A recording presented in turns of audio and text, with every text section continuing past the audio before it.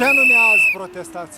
Protestăm azi pentru că încep procesele de judecată în Federația Rusă împotriva cel puțin 12 participanți la protestele din 6 mai 2012, proteste inițial pașnice, dar care au fost deturnate de către miliția rusească putinistă, taman în spiritul protestelor deturnate de la noi, de pe 7 aprilie 2009.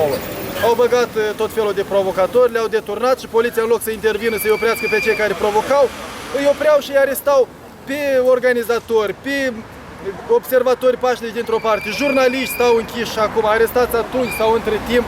Și iată, azi au început procesele de judecată. Noi vrem să atenționăm autoritățile Federației Ruse că libertatea de exprimare și libertatea de întrunire e un drept fundamental, garantat și de Constituția Federației Ruse și de Declarația Universală a Drepturilor Omului și de Convenția Europeană pe care Rusia au ratificat-o.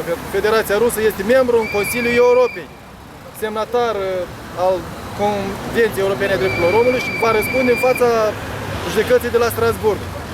Dar câtă lume stă după gratie după cazurile astea? Cel puțin 12 persoane sunt judecate în procesul de acum, dar probabil dosarul cel penal include și pe alții activiști, mai ales opozanți politici ruși, care stau mereu cu sabia lui Damocle deasupra capului, riscă să fie arestați sau să le prezinte învinuirea în libertate. Dar oamenii sunt stresați din chestia asta. Între timp s-a schimbat și legea la ei. Sunt sancționați cei care ies la protest. Deci sunt sancțiuni foarte mari. Da, trebuie autorizate protestele, ceea ce nu-i deloc în spirit european și ei acum stau și pichetează instanța de judecată câte unul pichete unitare, solitare li se permite. Sau li s-au deschis niște țarcuri numite Hyde Park, unde ci că li se dă voie să protesteze.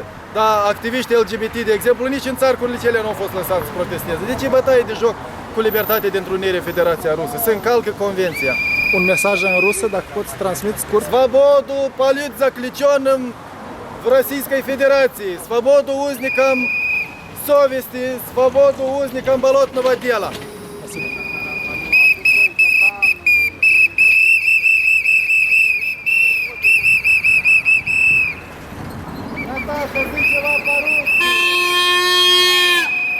Почему бастуете? За свободу политзаключенных в России. За свободу слова политзаключенных в России. И... Ну, как бы, естественно, это касается и свободы слова в нашей стране, поэтому поддерживаем и таких же людей. А что гласит их закон про свободу слова, про свободу митингов? Что гласит их закон?